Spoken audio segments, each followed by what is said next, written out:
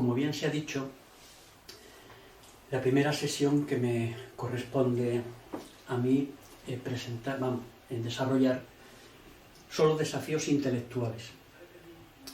El título es un poco pretencioso porque son desafíos intelectuales de la evolución en el contexto de la relación ciencia y fe.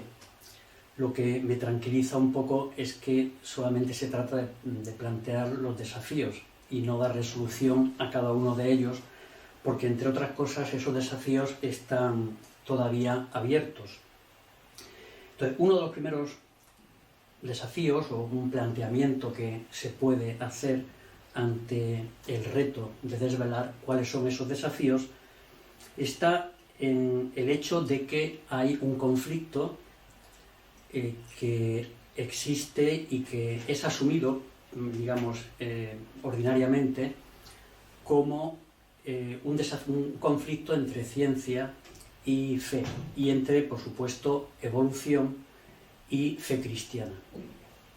Entonces, este conflicto, en realidad, aunque ahora parece que es un conflicto que ha durado toda la vida y que prácticamente la ciencia se ha tenido que abrir paso ante las trabas que le ha puesto la religión, en realidad, históricamente, apareció, a ver si se mueve esto, aquí está. Apareció como consecuencia de dos trabajos que se publicaron en el siglo XIX de estos dos autores, William Draper y Dixon White. Los dos, aunque eran trabajos históricamente mediocres, sobre todo el primero, que era claramente muy tendencioso, como veremos un poco después, en realidad tuvieron un gran éxito y hicieron, pues prácticamente conformaron la mentalidad del siglo XIX y posteriormente también, consiguieron que la gente pensara que precisamente la ciencia había estado siempre en conflicto con la fe, sin tener en cuenta que la ciencia pues era de creación reciente, tal como se entendía en ese momento, y que la fe también había sufrido modificaciones. Y no tenía en cuenta, por ejemplo, que precisamente la ciencia había nacido como consecuencia de una matriz cristiana que se debía a la fe y a una serie de desarrollos metódicos que habían nacido como consecuencia de la fe y la religión. Bueno, pues uno puede decir, bueno, ¿por qué tuvo? Uno puede preguntarse, ¿por qué tuvo tanto éxito esta tesis del conflicto? Cuando en realidad no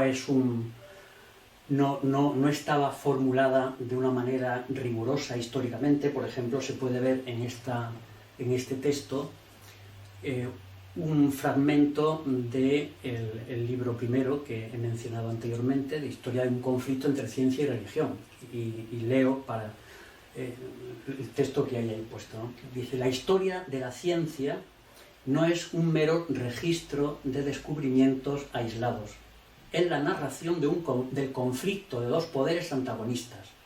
Ya se ve que ahí hay una especie de deriva como dialéctica, ¿no? Como una especie de antagonismo, que es además ese antagonismo el que hace surgir la ciencia, cuando la realidad es muy distinta.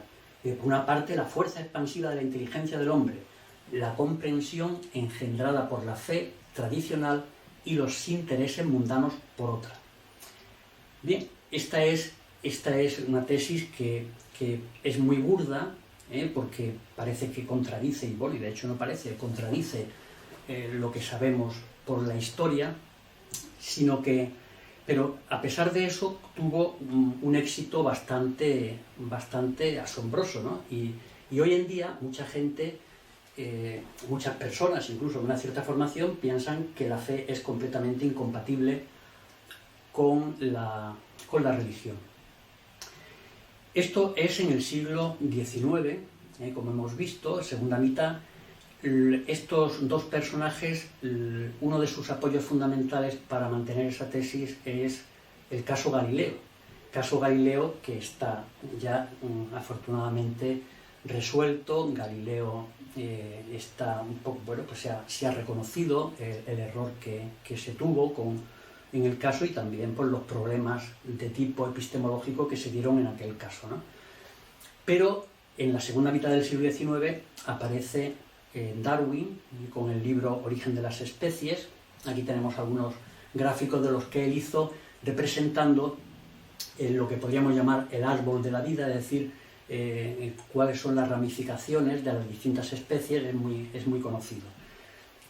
Y el desafío intelectual que el darwinismo introdujo en la relación ciencia-fe es un desafío que todavía se mantiene vigente, no como en el caso Galileo, que se puede decir que es sencillo comparado con el desafío que presenta la teoría de la evolución. Entonces, podemos decir, bueno, resolver el problema de la relación ciencia y religión y sobre todo el problema que más nos afecta ahora, ¿no?, que es el del conflicto, la tesis del conflicto, pues puede uno pensar que es sencillo simplemente viendo cómo es el origen de la tesis del conflicto, pero realmente no es tan sencillo, y el hecho de que estos dos autores anteriormente mencionados hayan tenido tanta repercusión no puede obedecer a que hicieron pues un trabajo quizás como muy sesgado, como diciendo lo que mucha gente quería oír, como poniéndose enfrente de la religión.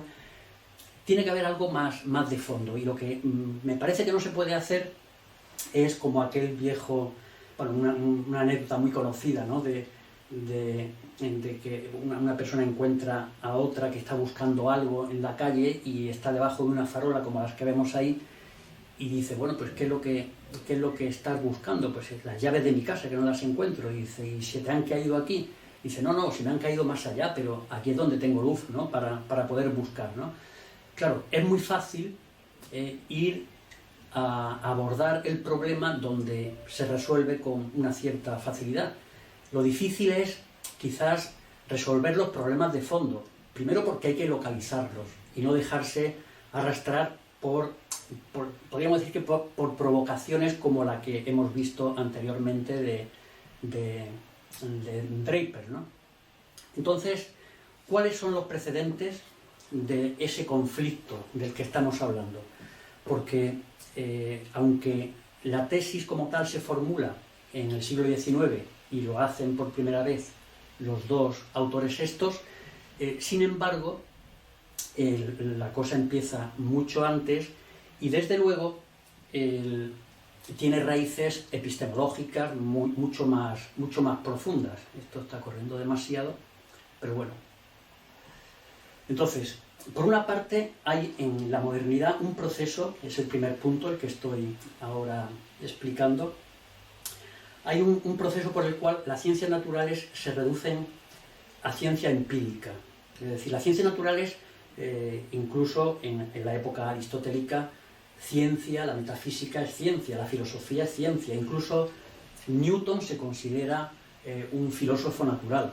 La ciencia y la filosofía se puede decir que estaban unidas, salvo, pues, no sé, en la filosofía griega, la astronomía se podría decir que estaba desgajada de la ciencia, entendida como conocimiento por causas, pero realmente con la modernidad y con un afán que tiene también sus antecedentes en los que no podemos entrar, con un afán de seguridad, de llegar a certezas apodípticas, como le gusta decir a Juan Arana, resulta que las ciencias naturales, la filosofía, en el fondo, se desgaja de la ciencia natural, que se convierte precisamente en ciencia empírica. Entonces, eso origina muchos problemas también porque la filosofía, también en su afán de no quedarse atrás ante el triunfo de las ciencias empíricas, también busca un tipo de certezas que no le corresponde a la filosofía, sino que corresponde concretamente a la ciencia empírica, y por eso se desarrolla con un método adecuado para ello. Entonces la mecánica, por ejemplo, la mecánica newtoniana, se constituye en prácticamente el paradigma de lo que es científico y por tanto en paradigma de lo que es racional, y eso tiene consecuencias como que al tratar de explicar la vida con la mecánica, con esa racionalidad nueva, pues ocurren muchos problemas, como por ejemplo que la finalidad desaparece o más que desaparecer se transforma, y la finalidad pasa a ser algo equivalente al diseño. Y la causalidad, que es una categoría de determinación de toda la tradición filosófica clásica, es sustituida por otra categoría de determinación que es la legalidad. Las leyes y la mecánica son en el fondo son una serie de principios y una serie de leyes con los que moverse con un análisis concreto de la realidad, resulta que es lo que determina cómo podemos llegar a conocer la realidad. Toda la modernidad hasta el siglo XIX, finales del siglo XIX, está dominado por la mecánica, por una racionalidad mecánica, y también el pensamiento, podríamos decir, filosófico, deriva hasta lo que se ha llamado el mecanicismo, una filosofía mecánica también. Hay un rechazo de la metafísica y la filosofía aspira, como he comentado antes, a ser algo equivalente a la ciencia positiva. Y por otra parte hay otra línea que también se va digamos, desarrollándose en este periodo de la modernidad, que es, a partir de Descartes. Es que la religión se va reduciendo cada vez más a fe. Y esta, eso es también un debate que todavía casi se mantiene, ya con menos intensidad, entre una religión sin fe y una fe sin religión. Bueno, pues la religión se reduce prácticamente a conjuntos de proposiciones a los cuales yo puedo asentir o puedo rechazar. Entonces, claro, si son conjuntos de proposiciones, es equiparable a la ciencia, y por tanto, entre proposiciones científicas y proposiciones que me suministra, que me proporciona la religión, yo tengo que buscar incluso pues, de qué manera poder decidir, y puedo compararlos y determinar cuál es la que está, cuál es la acertada, si hay conflicto, pues quién tiene razón, pero se sitúan en un mismo plano, cuando en realidad religión, fe y ciencia pues son planos metodológicos muy distintos, aunque no por ello no dejan de tener zonas racionales de solapamiento. Bien, pues, ¿qué actitudes se van adoptando ante este problema, ¿no? esta reducción de la racionalidad, esta autorreducción de la racionalidad que tantas veces ha delatado Benedicto XVI, el cardenal Ratzinger entonces, ¿no? Pues por una parte está la actitud fundamentalista. La actitud fundamentalista puede ser desde la perspectiva religiosa, entonces, pues, por ejemplo, un fundamentalismo religioso es el creacionismo. El creacionismo que, como se ha mencionado, me parece antes, en el fondo lo que hace es leer de una manera literal, es una lectura literalista de la Sagrada Escritura. El fundamentalismo, en el fondo, es imponer unas verdades, pero desde una instancia externa a la razón, a la propia racionalidad de lo que se está hablando. Y si se está hablando, por ejemplo, de qué es lo que ha ocurrido, pues por ejemplo en la evolución de la vida, cómo se ha originado la vida, y se está analizando de manera científica, una actitud fundamentalista es tratar de superponer, imponer más bien unos criterios tomados de un libro en lugar de lo que me dice la ciencia. Entonces esto, claro, evidentemente el creacionismo lo que hace es reforzar el conflicto entre ciencia y religión.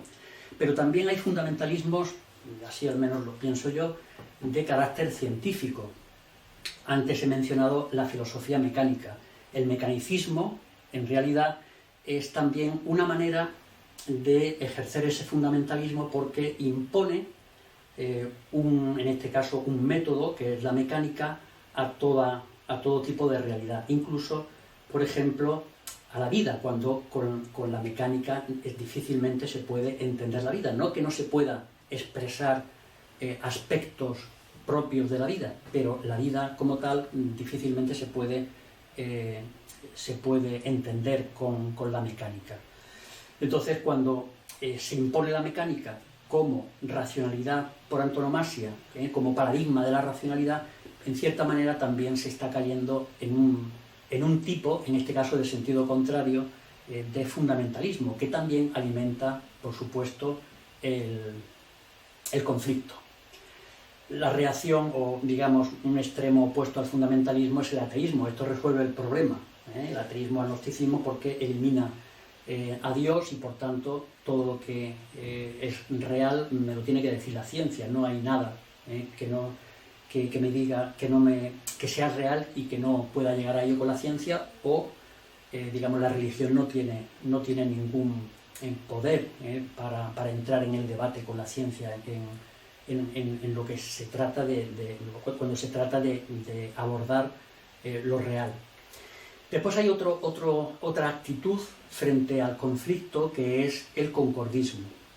El concordismo, en el fondo, está mucho más difundido de lo que puede parecer. Incluso hay posiciones que parecen como muy razonables, que en el fondo están de alguna manera rozando o cayendo en un cierto concordismo. El concordismo, por así decir, es como un tratar de interpretar desde un ámbito metódico lo que ocurre, o la realidad que me presenta otro ámbito metódico. Por ejemplo, cuando en un momento determinado se habló de la EVA mitocondrial, pues yo me he encontrado con personas muy creyentes y personas, por fin, buenas como todos, ¿no? Pero que lo que decía, yo, en fin, me lo dijeron, por fin nos damos cuenta o se demuestra, decía, por fin se demuestra que la Iglesia tenía razón, hay una Eva, ¿no? Después, claro, eso realmente no tenía nada que ver, ¿no? Y en el fondo es una manifestación de esa actitud concordista en la cual uno trata de explicar o de dar como un soporte científico a lo que aparece, por ejemplo, como algo propio de la fe, ¿no? Bien, también me parece que es una actitud concordista, aunque no se suele poner como concordismo, ¿no?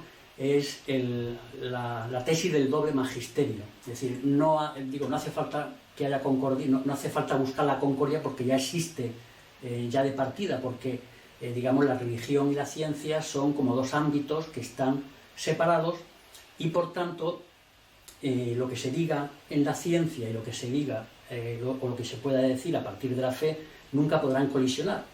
Claro, esto es una posición que es mucho más dañina de lo que parece. Quizás es a mi modo de ver, una de las más dañinas, porque en el fondo lo que hace es decir que la ciencia es la que se ocupa de decir cómo son las cosas, cómo es la realidad. Es decir, la racionalidad cae de parte de la ciencia, y a la religión, a la fe, se le deja todos los aspectos que son subjetivos, a los que la ciencia nunca puede llegar.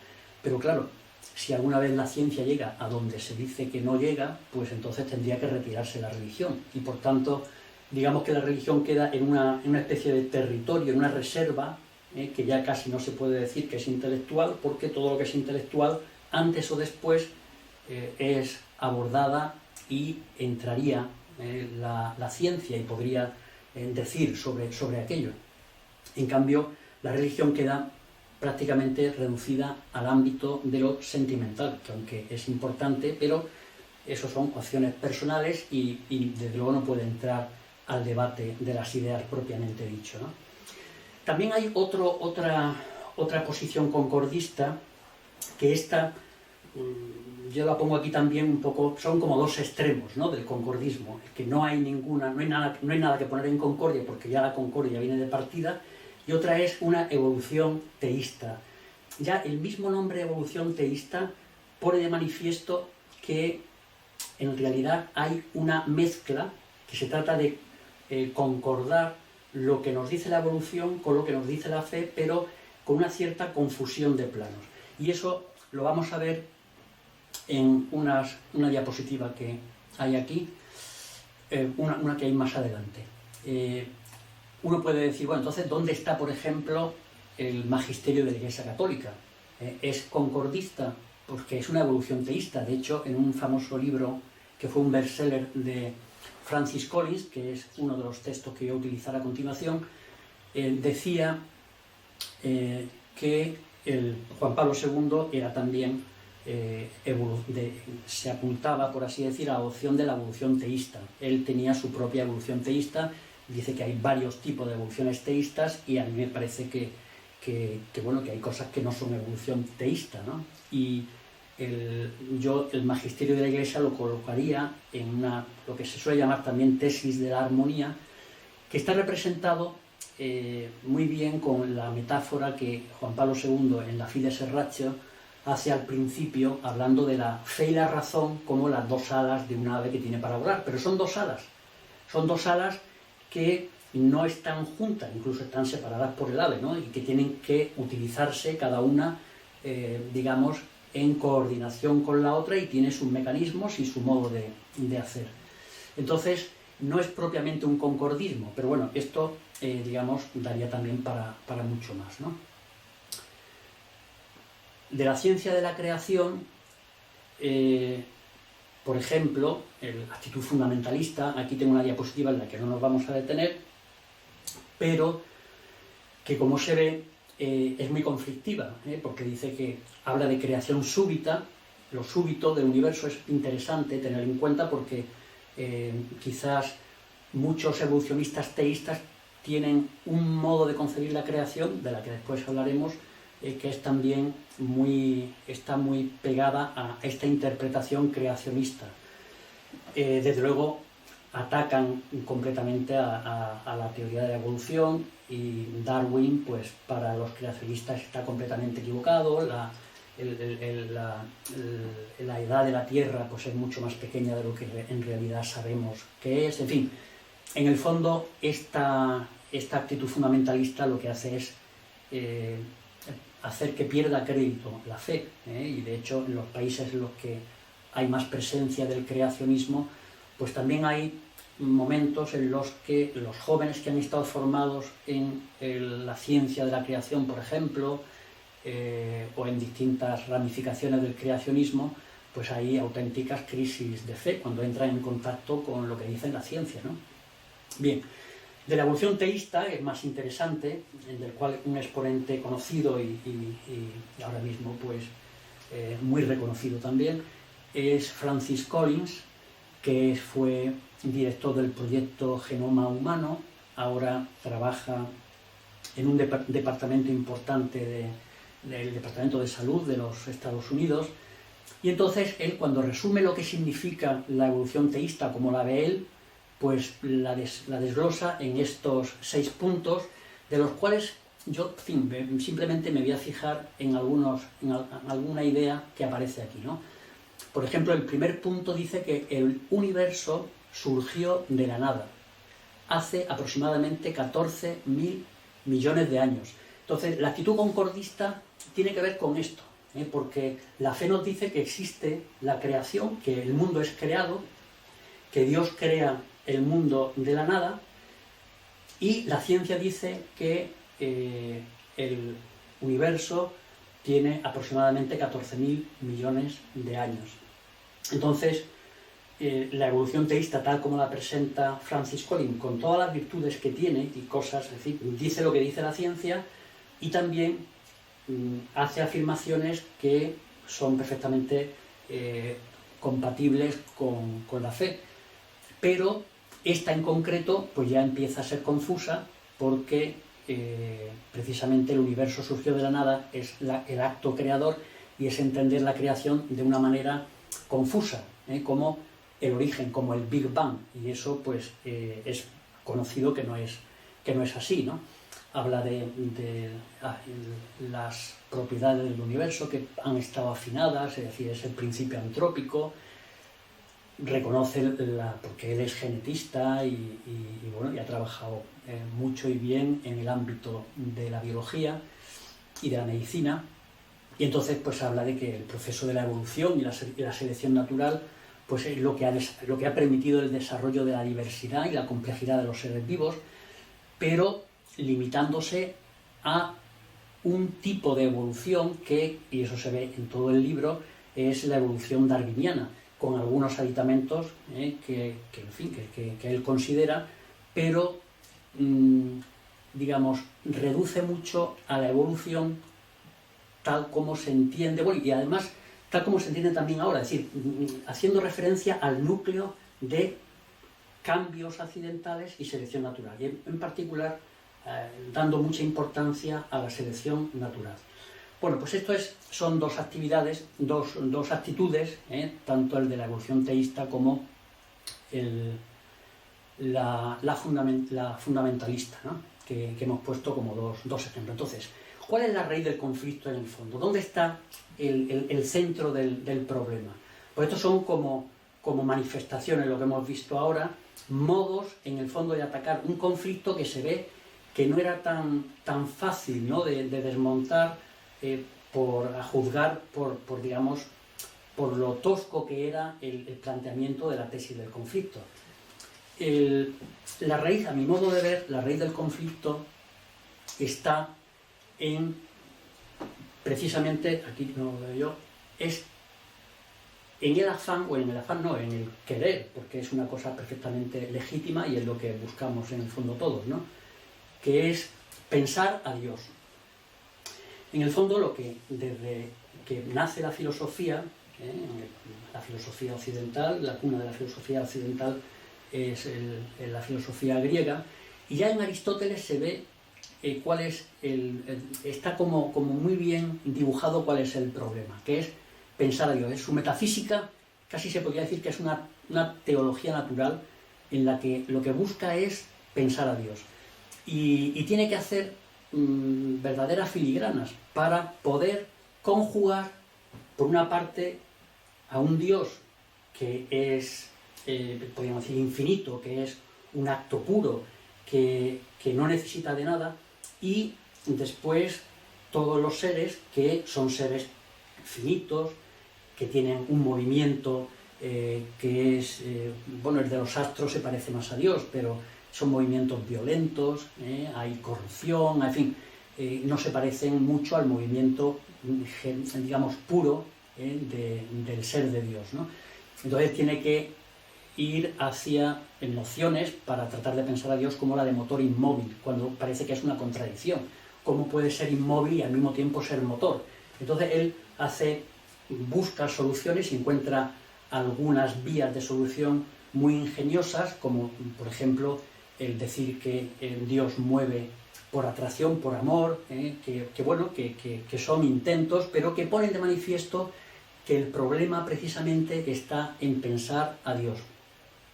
Newton, curiosamente, que está, por así decir, en el extremo opuesto, ¿no? Antes hablábamos de la filosofía clásica y la filosofía que surge en la modernidad y que encarna muy bien Newton, pues habla también y ve el problema de la relación de Dios con lo finito, con la criatura, y para él, por ejemplo, el punto de contacto, un poco peculiar, pero el punto de contacto es el espacio y el tiempo. Por eso a él le llama al espacio y el tiempo sensorium Dei, son los sentidos de Dios. ¿Por qué? Porque para él el espacio y el tiempo son realidades que son infinitas, son realidades que además, bueno, participan de la infinitud de Dios y, por así decir, engloban y acogen a lo que es finito. En el fondo es también un intento de resolver lo que no es tan fácil, ¿no? Que es para el ser humano pensar a Dios. En definitiva, se podría resumir el problema como que la eternidad propia de Dios no puede entrar en relación con el tiempo. Ese es el problema que se plantea. Es lo que se trata de resolver. que parece que no puede entrar en relación la eternidad con el tiempo, lo que es inmutable con lo mutable, lo infinito con lo finito. Y eso, por supuesto, influye también en el planteamiento del conflicto que comparece con la relación, con la teoría de la evolución. Entonces, voy a explicar brevemente, porque esto ya prácticamente con esto voy a concluir, la relación que se establece en base a este problema, que es el problema de fondo, cómo me parece a mí que hay que plantear el problema y por qué el problema es tan enrevesado, tan complejo, y por qué ese problema, de una manera definitiva, no se puede resolver. Es decir, va a estar siempre presente. Podemos intentar modos, podemos intentar maneras, a través de distintos métodos, como por ejemplo Aristóteles se ve como intenta resolver el problema, Newton también se ve. Después, con la evolución, pues por una parte o bien aparece el ateísmo o bien todas las actitudes que hemos visto antes, ¿no? Pero podríamos decir que en la línea, en la flecha del tiempo en el que se mueve la historia, que la represento así, aquí, se puede decir que en cada momento histórico tenemos una imagen del mundo o una cosmovisión del mundo y una serie de métodos que son los que dan lugar y los que articulan ese distinto tipo de cosmovisiones o imágenes del mundo. Bien, pues también en un momento determinado de la historia hay una revelación. Ahora me refiero concretamente a la religión católica, que es en la que, en fin, la que tratamos de ver el problema del conflicto, ¿no? Bueno, pues los contenidos de la fe aparecen en un momento determinado y, lógicamente, esos contenidos, que son contenidos revelados, se expresan de una manera humana y se expresan en un contexto cultural, en una cosmovisión concreta. Es decir, hay que presentarlos, hay que transmitirlos y eso se hace de acuerdo con esos métodos y con esa cosmovisión. Pero, evidentemente, el tiempo va pasando y esos contenidos de la fe se profundiza, hay un desarrollo, pero ese desarrollo no es independiente, evidentemente, de la cosmovisión y de la imagen del mundo. Y lo que sí es claro es que en esa imagen del mundo las cosmovisiones van cambiando y los métodos van cambiando también. La relación entre la imagen del mundo, la cosmovisión y los contenidos de la creación interacciona continuamente y surgen problemas cuando no hay una correspondencia o cuando un modo de presentar los contenidos de la fe choca con la cosmovisión que es imperante en un momento determinado. Podríamos decir, bueno, ¿cuáles son los métodos que han sido digamos, relevantes en este contexto a lo largo de la historia, desde que se formulan por primera vez los contenidos de la fe, incluso en el Antiguo Testamento, ¿no? y después en el Nuevo Testamento, y sobre todo una noción muy importante que es diferencial con respecto a otras confesiones religiosas, que es la noción de creación. Bueno, pues digamos que los métodos, se podría decir que hay una serie de religiones, a veces religiones míticas, antes del cristianismo y antes de la revelación cristiana, antes de la revelación judaica. Después hay otra aportación metódica importante, que es la filosofía griega, a la que tanto Juan Pablo II, al menos, y Benedicto XVI también, pues otorgan un carácter providencial, porque en la formulación de los contenidos de la creación, de los contenidos de la fe, las religiones que entonces había, pues los cristianos no acuden a ellas para buscar las imágenes con las cuales expresar su fe, sino que acuden, y eso lo explica muy bien también Benedicto XVI, a la filosofía griega, porque era la que tenía pretensión de verdad. Hay después un salto importante con la metafísica medieval. La metafísica ya aparece con Aristóteles, pero es una metafísica que no tiene en cuenta la noción de creación, y la noción de creación forma parte de la revelación y además una parte muy importante, porque entender la creación en el fondo es alcanzar a Dios, es pensar a Dios de una manera mucho más profunda. Y lo que desarrolla la teología y la filosofía, quizás el culmen es Santo Tomás, para hacer esta tarea de pensar a Dios es precisamente la metafísica. Después, con la modernidad, pues aparece la mecánica, con todo el desarrollo de la matemática, y más tarde la evolución. Entonces, ¿cuál es el problema con este? Es decir, que aquí todos estos métodos han tenido su influencia, por supuesto, en la imagen del mundo, en la cosmovisión de la realidad. Y esta cosmovisión pues ha tenido también su repercusión en cuanto a cómo expresar la fe y cómo entender la fe. Normalmente, por ejemplo, cuando apareció la mecánica, lo que muchos eclesiásticos, incluso la mecánica, o bueno, cuando Descartes empezó a desarrollar pues su filosofía, o su filosofía mecánica, podríamos llamar ya, ¿no? Pues él lo que le hacen es animarlo, porque pensaban que iba a ser pues un avance para la defensa de la fe muy notable. No podemos entrar en detalles, pero claro, eso pronto se vio que no era así, y dio lugar a un proceso en el cual hubo una separación mayor y una especie de ya conflicto por comparación entre unos contenidos de la religión y unos contenidos de la ciencia, ¿no? Que ya se podían ver incluso como, primero como que unos ayudaban a otros y después como contrapuestos. La evolución vino a añadir una complicación adicional. Bueno, pues resumiendo, podríamos decir, revisitando el conflicto ciencia-fe, uno podría pensar, como lo he dicho antes también, que un ajuste completo entre fe y ciencia nunca podrá haber. ¿Por qué? Porque la fe nos pone delante del ser que es infinito, del ser eterno. Y nosotros tenemos que pensar, y somos seres que están metidos en el tiempo. La conjunción eternidad-tiempo es un contraste que nunca vamos a acabar de resolver completamente. Por otra parte, hay una debilitación, un rechazo de la metafísica en la cultura actual, pues no es una cultura que sea especialmente favorable a la metafísica, y por tanto la metafísica es quizás la disciplina que mejor ha sido capaz de expresar precisamente esa relación entre lo infinito y lo finito. El conflicto